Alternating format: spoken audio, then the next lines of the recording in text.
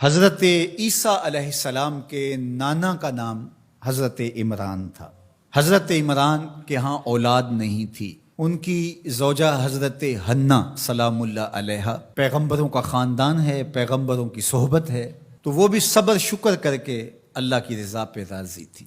گھر کے صحن کے اندر دوپہر کے وقت چارپائی بچھائے ایک درخت کے نیچے قیلولہ کرنے لگی تو ایک منظر دیکھا کہ درخت پر ایک چڑیا نے گھونسلہ ڈالا ہوا تھا اور اس نے بچے دیے ہوئے تھے۔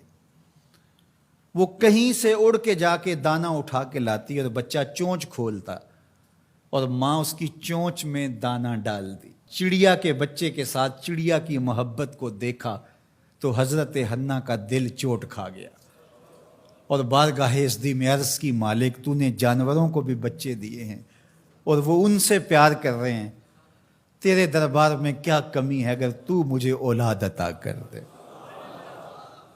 دل چوٹ کھا گیا، دل کی اتھاہ گہرائیوں سے دعا نکلی، عرش تک جا پہنچی۔ اللہ نے حضرت حنہ کو کرم نوازیوں سے مالا مال کر دیا۔ حضرت حنہ نے کہا، اے اللہ جو میرے بطن میں ہے میں تیرے گھر کے لیے اس کو وقف کرتی ہوں۔ جب ولادت کے لمحے آئے تو حضرت حنہ زوجہ عمران نے بیٹی کو جنم دیا تو پریشان ہو گئیں کہ مالک یہ تو بیٹی ہے، میں نے تو اس کو مسجد اقصیٰ کے لیے وقف کیا ہے اور وہاں سارے مرد ہیں، ایک لڑکی جب جوان ہوگی تو اس کو وہاں کیسے چھوڑ سکوں گی، منت میری کیسے پوری ہوگی۔ بہت پریشان ہوئی منت کی تکمیل کا سوچ کے کہ مالک یہ تو بیٹی ہے۔ آواز آئی، پریشان ہونے کی ضرورت نہیں حنہ، جو تو نے بیٹی جنم دی ہے ایسے تو بیٹے بھی نہیں ہوتے۔ اس بیٹی کا نام کیا رکھا گیا؟ مریم سلام اللہ علیہا۔ بیٹی جوان ہو گئی تو منت یاد آئی کہ اب اس کو بیت المقدس میں ہم نے وقف کرنا ہے۔ پریشانی ہوئی کہ اب 300 حجرے ہیں جن میں مرد ہی مرد ہیں، ایک تنہا عورت کیسے وہاں رہے گی؟ تو یہ سوچا کہ کوئی بوڑھا بزرگ ہو جس کی کفالت میں ان کو دیا جائے تو وہ ان کی دیکھ بھال کرے، ضروریات کو پورا کرے۔ تو بہت سارے لوگ اس سعادت کے لیے تیار ہو گئے۔ پھر قرعہ ڈالا گیا، قرعہ فال نکلا حضرت زکریا علیہ السلام کے نام۔ اللہ کے جلیل القدر پیغمبر اور رشتے میں خالو بھی لگتے تھے، کہا یہ سعادت میرے ذمہ رہی، اور چونکہ ان کے ہاں بھی اولاد نہیں تھی انہیں کہا ٹھیک ہے ہم اسے بیٹی بنا کے اس کا خیال رکھیں گے۔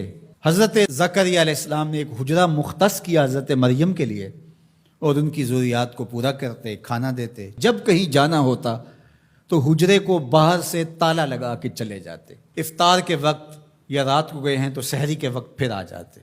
ایک دن حضرت زکریا علیہ السلام تالا لگا کے کہیں گئے کام، واپس آتے ہوئے دیر ہو گئی اور افطار کے لمحے گزر گئے، بہت پریشان ہوئے تو خیر سامان لے کے تیزی سے پہنچے اور آ کے دروازہ کھولا، وجد عندہا رزقا، تو دیکھا بے موسم پھل پڑے ہوئے ہیں۔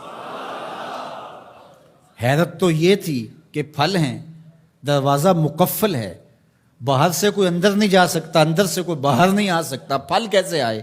پہلی حیرت تو یہ، پھر پھل بھی بے موسم۔ قالا یا مریم انا لک ھذا، اے مریم یہ کہاں سے آئے؟ قالت ھو من عند اللہ، کہا یہ میرے اللہ کی طرف سے آئے، یہ مجھے میرے رب نے دیے ہیں۔ ان اللہ یرزق من یشاء بغیر حساب، وہ جس کو چاہتا ہے بغیر حساب کے عطا کرتا ہے، اس کے لیے کوئی مشکل نہیں ہے۔ جو ماں کے پیٹ میں بچے کو رزق دیتا ہے، انڈے میں چوزے کو رزق دیتا ہے، وہ حجرہ مریم میں مریم کو رزق نہیں دے سکتا؟ اب حضرت زکریا علیہ السلام کا ذکر آپ نے سنا کہ ان کے ہاں اولاد نہیں تھی اور عمر کتنی ہو گئی تھی؟ 120 سال، اور آپ کی زوجہ کی عمر 100 سال ہوگی، تو اب تو امید بھی ختم ہو گئی اولاد کی۔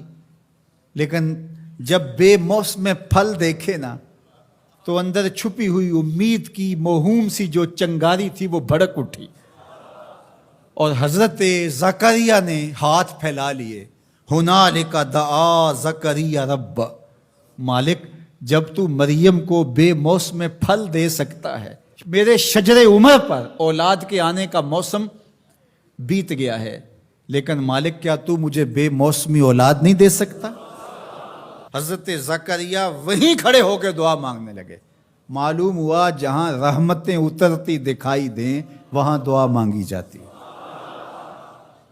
ہم جب اللہ والوں کی قربت میں جا کے اللہ سے دعا مانگتے ہیں تو کچھ لوگ معترض ہوتے ہیں کہ اللہ تو ہر جگہ موجود ہے، یہاں کیوں مانگ رہے ہو؟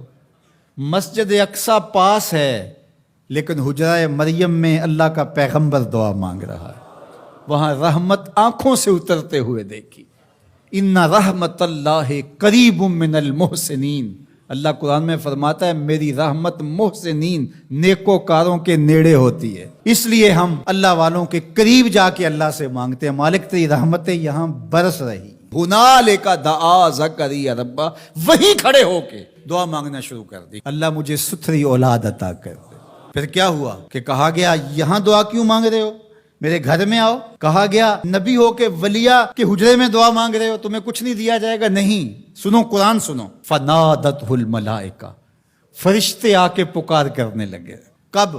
وَهُوَ قَائِمٌ يُصَلِّي فِي الْمِحْرَابِ، وہ حجرے میں کھڑے ابھی دعائیں مانگ ہی رہے تھے. فرشتوں نے آ کے ندا دی کیا؟ ان اللہ یبشرک بیحییٰ، اے زکریا تمہیں مبارک ہو، ہم تمہیں یحییٰ عطا فرمائیں گے. اولاد مانگی ہے تو یحییٰ ملے گا، لیکن اکیلی اولاد نہیں مانگی، ذریۃً طیبہ، ستھری اولاد مانگی ہے، پاک اولاد مانگی ہے.